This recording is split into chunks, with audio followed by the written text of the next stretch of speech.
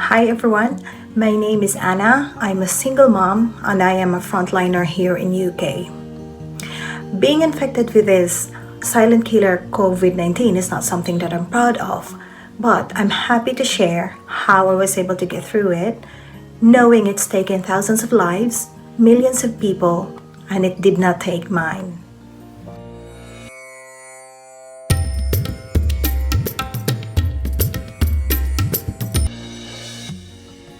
Yes, you heard it right. I was infected and was tested positive having coronavirus, but I did not know it until the 10th day of my self-isolation. It was April 6th that I woke up feeling poorly with high body temperature, unexplained joints and body pains, sore and itchy throat, and headache. I just took ibuprofen to lessen the pain, believing it won't get anything serious, and I even went to my long day duty at my ward that day.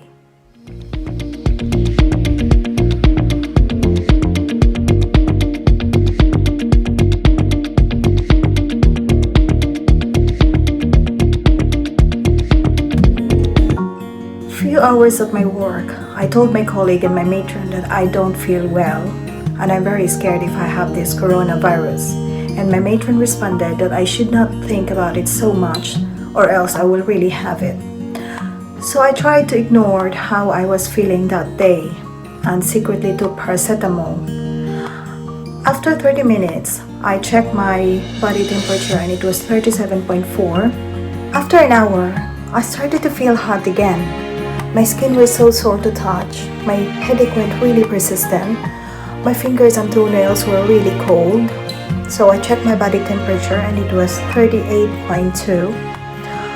I took Cucudamol and then I went to talk to my matron and told her that I really need to go because something wasn't right.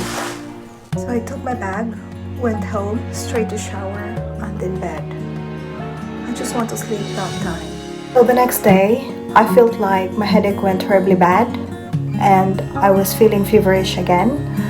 My body pains made it really difficult for me to even go to the toilet, and every corners of my eyes were really painful.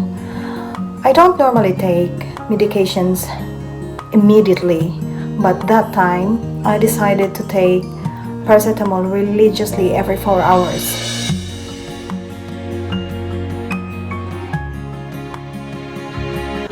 I was really paranoid and worried, so I called the emergency hotline and I was in touch with them after 40 minutes of waiting.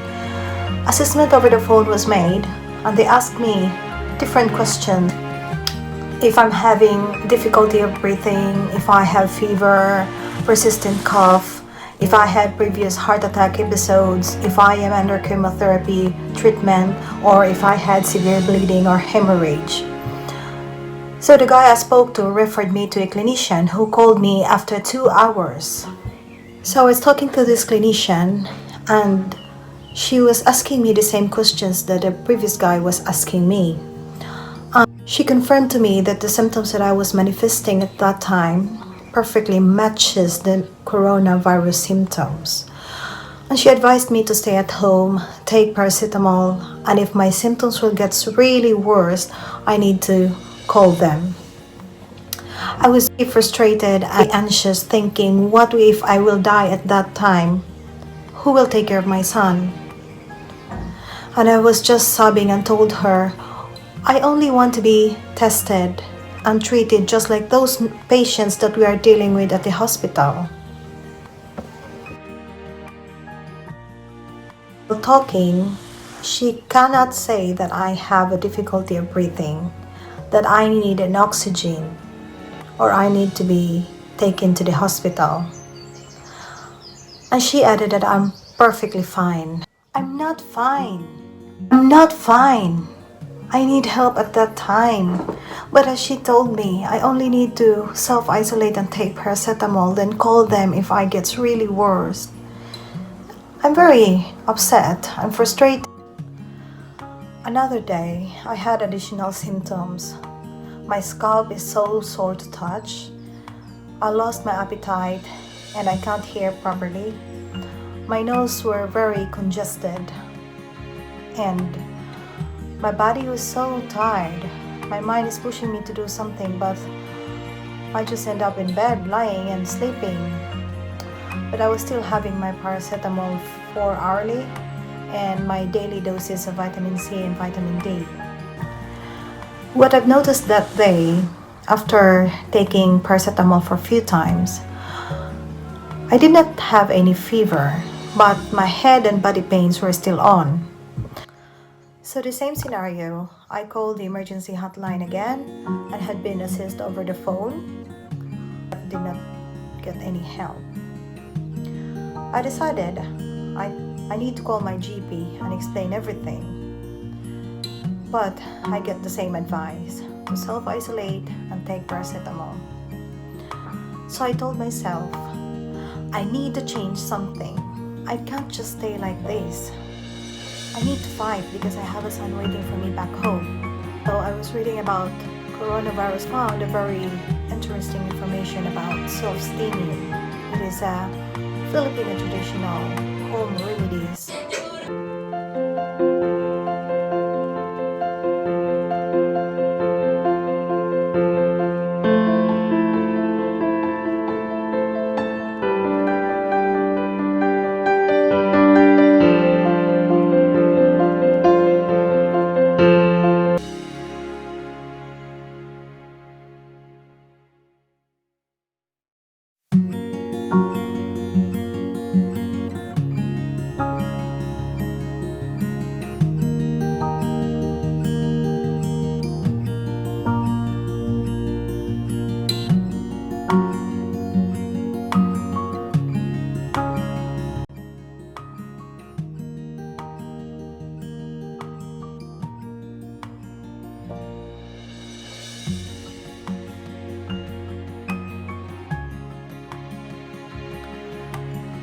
And yeah, I felt a little bit better every day. So it was a sunny day.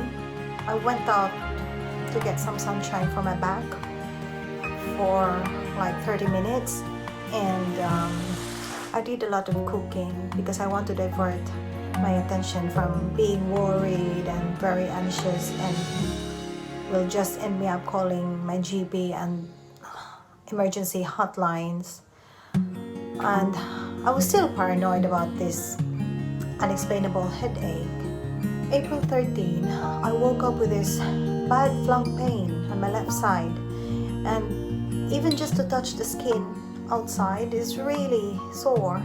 So I called my GP again because I was so paranoid. Maybe I took a lot of paracetamol and vitamin C and it damaged my kidney. I also explained to my GP about my headache and told me that it is normal because having the virus in your body can last for 14 to 21 days. He also asked me to do dipstick urinalysis. The dipstick urinalysis result was all normal. So I called the occupational health department and asked them if they could swab me, but they just advised me to do it at the drive-through IKEA testing. So I was wondering how I will go there, and they told me I cannot take the bus or else I will infect the driver. I cannot take the taxi.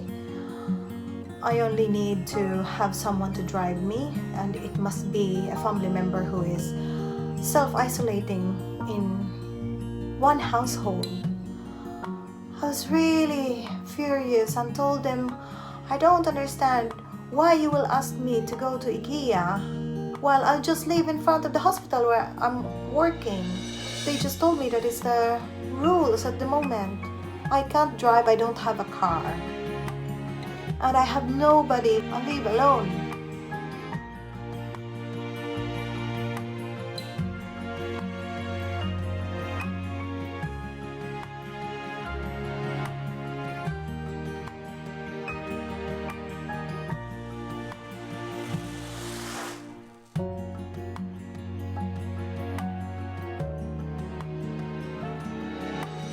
I was much worried because it's not something light.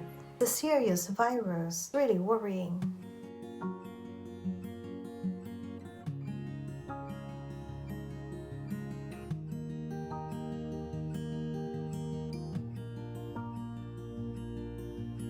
First day of duty after 17 days of self-isolation. So guys, I am still on my quarantine days. I'm feeling better, but I just need to be fully recovered before going back to work, just to avoid any complications like infecting my colleagues or infecting my patients, or maybe I will have it again. Hope not. So guys, simple tips. If you are doing your self-isolation, one thing is use your connections. Talk to your friends and families, listen to their advice, and try some of them. There's no really harm in trying. For the medications, guys, only take it when it's necessary. If you can manage it by yourself, you better save your kidneys and liver. No appetite? It is normal when you're ill, but just try some small frequent feeds, something salty, something sweet, and keep yourself hydrated. It is very essential. And when you go out this time, always wear a mask or even gloves. Keep the 2 meters distance and wash your hands thoroughly every now and then. If you have any worries and concerns, do not hesitate to disturb your GP and the other emergency hotlines and tell them, what did you feel? What are your concerns? Ask them suggestions and advice of what you can do. Feeling tired? It is normal when you're poorly. So if you're able enough to do some diversional activities, just don't let your day pass by lying in bed. Instead, clean your room, change all the used towels, bed covers, toothbrush, jackets, do your laundry, listen to some music, watch TV programs or films, read a book. Being infected in this kind of virus is a complete test of your immune system, your mental and psychological health, and your patience. And each of us has different techniques of how to deal with it. So I'm glad for those people who are able to cope up with it and survive, and I'm deeply sorry for those who did not. And I'd like to say thank you, big thanks to those people who are asking how I keep moving forward with the situation, to my friends who always told me that they've included me in their prayers. It's already a remedy.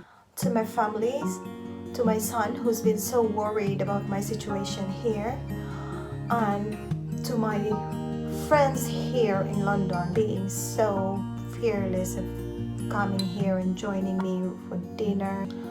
All of your kindness, guys, are immensely appreciated. I hope the trust will give us a chance to be re-swab so that we will know if we still have it or not.